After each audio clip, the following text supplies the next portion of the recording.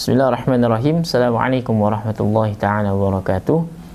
Alhamdulillah, wassalatu wassalamu ala rasulillah wa ala alihi wa ashabihi wa man tabi'ahum bi ihsanin ila yaumiddin, amma ba'd. Allahumma inna nas'aluka ilman nafi'a wa rizqan tayyiba wa amalan mutaqabbala. Allahumma ja'alna min ahlil Qur'an warzuqna qira'atan sahihatan kama qira'ati Rasulillah sallallahu alaihi wasallam. Amin ya rabbal alamin. Taib, para pemirsa Thaibah TV yang semoga senantiasa dimuliakan oleh Allah Tabaraka wa Ta'ala, kita kembali melanjutkan pembelajaran kita dengan pembahasan pada buku Berlatih Makhraj dan Sifat Huruf dari Al-Quran yang ditulis oleh Ustadz Abu Hamzah Hafizahullah Ta'ala. InsyaAllah kita lanjut kepada pertemuan huruf yang keenam, ya. Kita setelah membahas huruf yang keluar dari tenggorokan bagian bawah, hamzah dan ha, sekarang kita masuk ke makhraj khusus yang kedua dari tenggorokan, yakni wasatul halqi atau tenggorokan bagian tengah. Ya, nanti dari wasatul halqi keluar dua huruf hijaiyah. Yang pertama huruf ain dan yang kedua huruf ha. Dan kita langsung saja masuk ke huruf yang pertama. Taib. Huruf yang pertama yang keluar dari wasatul halq adalah huruf ain, ya, atau disebut juga dengan al-ainu. Huruf ain keluar dari tenggorokan bagian tengah. Tahu, anak lidah bertemu dengan dinding tenggorokan di belakangnya. Sebagaimana digambar, kita bisa lihat di situ, ya. Dia ada anak lidah bertemu dengan dinding tenggorokan di belakangnya. Itulah makhraj huruf ain. Nah, huruf ain memiliki karakter atau sifat-sifat yang melekat padanya. Yang pertama, jahar. Ya, sifat yang dimiliki oleh huruf ain yang pertama adalah jahar. Apa itu jahar? Mudahnya, jahar itu adalah napas yang tidak mengalir ketika mengucapkan huruf ain. Ya, maksudnya di sini napasnya tidak dominan, ya. Dan ia tertahan, tidak mengalir saat kita mengucapkan huruf ain. Itu yang dimaksud dengan jahar. Kemudian yang kedua, sifat yang dimiliki oleh huruf ain adalah tawassut atau bainiyah, ya. Keduanya sama saja, tawassut atau bainiyah. Nah, tawassut ini berada pada antara dua sifat. Yang pertama sifat syiddah, dan yang kedua adalah sifat rokhawah. Nah, tawassut berada di antara syiddah dan rokhawah. Jika kita pahami syiddah adalah tertahannya aliran suara, adapun rokhawah adalah mengalirnya suara, maka tawassut ada pada pertengahannya. Dia tidak mengalir sepenuhnya dan juga tidak tertahan sepenuhnya. Ya, bisa kita sebut juga mengalir sedikit. Kalau di buku kita baca di sini, suara huruf sedikit mengalir, tidak tertahan sepenuhnya dan tidak pula mengalir sepenuhnya, pertengahan. Ya. Kemudian sifat yang ketiga yang dimiliki oleh huruf ain adalah istifal. Suaranya tipis atau suara tidak naik atau pangkal lidah tidak terangkat. Sebagaimana yang kita lihat di gambar, ketika kita mengucapkan huruf ain, maka posisi lidah kita, posisi pangkal lidah kita itu istirahat saja, tidak naik sebagaimana sifat isti'la. Kemudian yang terakhir infitah, suaranya tidak menggumpal. Ya, maksudnya tidak menggumpal sini dia tidak tebal, ya. Untuk o misalnya itu tidak, tapi a, ya, tidak menggumpal. Itulah sifat-sifat yang dimiliki oleh huruf ain. Taib. Kemudian kita langsung masuk ke kesalahan-kesalahan yang biasa terjadi ketika kita mengucapkan huruf ain. Yang pertama, menebalkan suaranya.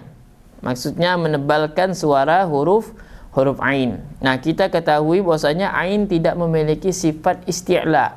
Dia memiliki sifat istifal. Jadi selamanya huruf ain itu dibaca tipis, tidak dibaca tebal. Nah, biasanya kesalahan ini terjadi diakibatkan ada huruf isti'la yang datang setelah huruf ain. Ya, maka kita lihat contoh di situ kata fa'aso. Banyak orang membaca ainnya tebal karena ada huruf isti'la setelah huruf ain. Fa'aso. Ini tebal. Fa'aso. Nah, dia dibaca tipis. Fa'aso. Fa'aso. Ya, tidak dibaca tebal. Kemudian pada contoh yang lainnya al-mi'ad. Dia ikut menebal. Tidak dibaca tebal. Dia dibaca istifal, tipis. Al-mi'ad. Ad. Ya, dibaca tipis. Itu kesalahan yang pertama. Kemudian kita masuk ke kesalahan yang kedua. Ada suara yang keluar dari rongga hidung. Nah, kita ketahui bahwasanya huruf ain keluar dari tenggorokan, bukan dari al-khayshum, dari pangkal hidung. Nah, cara mendeteksinya itu dengan menutup hidung kita. Apabila ada suara yang berdengung atau sengau yang tertahan di al-khayshum, maka huruf ain belum sempurna keluar dari tenggorokan, ya. Kita berikan contoh misalnya yang dari hidung, a, ai, u. Ini keluar dari hidung. A. Kita mainkan suaranya itu berdengung suaranya. Maka huruf ain tidak boleh keluar dari hidung. Contoh al-alamina. Al-a-i-u-ba. Ya, tidak boleh. A-i-u. Tidak a-i-u. Ini keluar dari hidung. Huruf ain tidak boleh keluar dari hidung. Dan ini butuh proses untuk melatihnya sehingga dia tidak keluar dari rongga hidung. Kemudian yang ketiga, kurang mengena dalam mengeluarkan huruf ain dari makhrajnya sehingga suaranya lemah dan mengambang. Contoh, na'budu. Kurang penekanan pada huruf ain sehingga sifatnya kurang sempurna. Na'budu, ya, harus dialirkan. Na'budu. Ya, itu. Kemudian yang keempat, suaranya langsung tertahan saat sukun. Ini juga tidak boleh. Kenapa? Karena huruf ain sifatnya tawassud. Adapun yang tertahan itu namanya syiddah. Contoh, iyyaka na'budu. Ini kurang tepat. Nanti jatuhnya malah ke hamzah. Na'budu. Harus dialirkan. Kemudian yang kelima, mengucapkannya dengan suara yang mirip dengan hamzah atau bertukar seperti huruf hamzah. Contoh, yashfa'u indah. Ini tidak jelas huruf ainnya, harus kita jelaskan. Yashfa'u'i. Yashfa'u'i, ya. Yashfa'u indah. Harus dijelaskan. Dan yang terakhir, kesalahan yang terjadi pada huruf ain adalah merubah suaranya. Ingat, merubah suara huruf ain menjadi huruf ha ketika bertemu dengan huruf ha. Ya. Pada contoh kata alam ahad. Harusnya dibaca ahad. Tidak dibaca alam ahad. Ini kurang tepat, ya. Nah, itulah di antara kesalahan-kesalahan yang mesti kita hindari ketika kita mengucapkan huruf ain. Dan yang paling fatal adalah ketika kita membaca huruf ain dan menggantinya dengan huruf hamzah. Misalnya allati tattadi'u alal. Ini hamzah. Ain at-tattadi'u. Ya, harus dibaca huruf ain. Kalau sampai mengubah huruf, maka ini jatuhnya ke lahan jali, ya, kesalahan yang dapat mengubah makna Al-Quran itu sendiri. Tayyib, kita lanjutkan ke latihan huruf ain. Lihat pada contoh. Kita mulai. A, I, U, A. Sekali lagi. A, I, U, A. Ingat, tidak boleh masuk hidung. Contoh. A, I, U, A. Ya, seperti itu. Kita masuk ke contoh berikutnya. A, I, U, A. U, an, ani, A. a'na minal mu'ni ma'i an ani'a a'i'u a'u an ani a'na minal mu'ni ma'i an ani'a a'a a'u a'i. Kita masuk ke contoh pada kata atau kalimat dalam Al-Quran. Yang pertama, huruf ain yang berharakat fathah. Al-alamina, al-alamina. Dzalika bima asaw, dzalika bima asaw. Rihun asif, rihun asif. Ma'allah, ma'allah. Fuzzi'a an qulubihim, fuzzi'a an qulubihim. Kita masuk ke huruf ain yang berharakat kasrah. Ibadallah,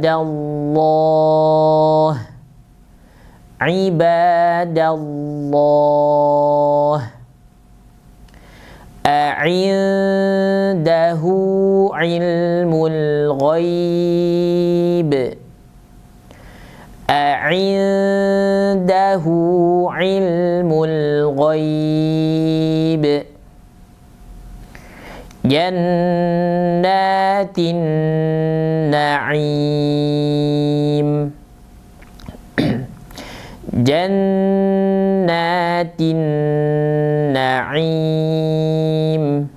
Kita masuk ke contoh yang huruf ain berharakat dhammah. Utilat, utilat. Wa yamna'unal ma'un, wa yamna'unal ma'un. Yashfa'u 'indahu, yashfa'u 'indah. Ya, ayat di situ huruf ain jangan diganti dengan huruf hamzah, ya, karena itu sebuah kesalahan. Kita masuk ke huruf ain yang sukun, ya. Alam a'had, alam a'had. Ingat, dialirkan. Ain saat sukun memiliki sifat tawassud. Ya, dialirkan. Alam a'had. Bu'sirat, bu'sirat. I'sar, i'sar. Illa mata', illa mata'. Min ju', min ju'. Was-sama'i dzatir raja'. Ayat ainnya dibunyikan karena kebanyakan orang membaca pada ayat ini hanya sampai huruf jim saja. Contoh, was-sama'i dzatir raj'. Ini kurang tepat. Ini menghilangkan huruf ain. Huruf ainnya harus dibunyikan. Was-sama'i dzatir raj'. Raja', ar-raja'. Ya, jadi huruf ainnya juga dialirkan, tawassud dia. Contoh huruf ain yang bertasydid, ya. Da'a, da'a. Su'irat, su'irat. Yadu'ul yatim, yadu'ul yad'ul yatim. Taib. Nah, itulah huruf ain yang kita bahas pada hari ini. Silakan nanti dilatih di rumah, berlatih dengan semangat, karena huruf ain ini harus dilatih. Karena kebanyakan orang Indonesia terutama itu huruf ainnya hampir kebanyakan masuk ke rongga hidung, dan ini harus dilatih. Caranya huruf ain agar tidak masuk ke rongga hidung, yakni kita latih dengan huruf hamzah. Kita latih dengan huruf hamzah, ya. Kita awali dengan huruf yang berharokat dhammah terlebih dahulu, ya. Saya berikan contoh, tapi nanti sambil menutup hidung, dan huruf hamzah kita bunyikan mungkin sekitar 5-7 kali kita bunyikan dengan menutup hidung. Contoh, u. Nah, setelah itu kita masukkan huruf ain. Masukkan huruf ain juga dengan menutup hidung, ya. Sama. Kita ulangi dulu dari huruf hamzah. U. Masukkan huruf ain.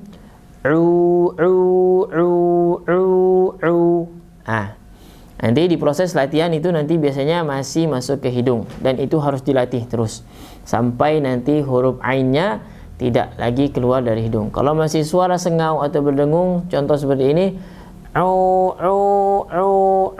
ini berarti huruf ainnya belum sempurna dari makhrajnya, yakni wasatul halqi. Pastikan ia keluar. Jadi kita harus sering-sering berlatih huruf ain agar dia keluar dari rongga hidung. Ya, setelah berhasil dengan harakat dhamma, ganti dengan harakat fathah. Jadi sehingga, dan seterusnya diganti dengan kasrah dan sukun. Jadi sehingga kita mengucapkan tidak ada lagi suara yang keluar dari rongga hidung. Contoh ya, ya, tidak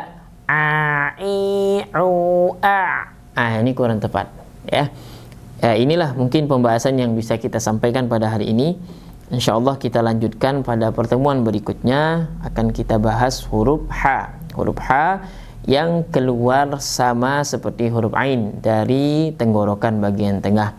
Mohon maaf apabila ada kesalahan dalam penyampaian. Kita lanjut insyaAllah pada pertemuan pekan depan. Kita tutup dulu dengan doa kafaratul majlis. Subhanakallahumma wa bihamdik, asyhadu an la ilaha illa ants, astaghfiruka wa atubu ilaik.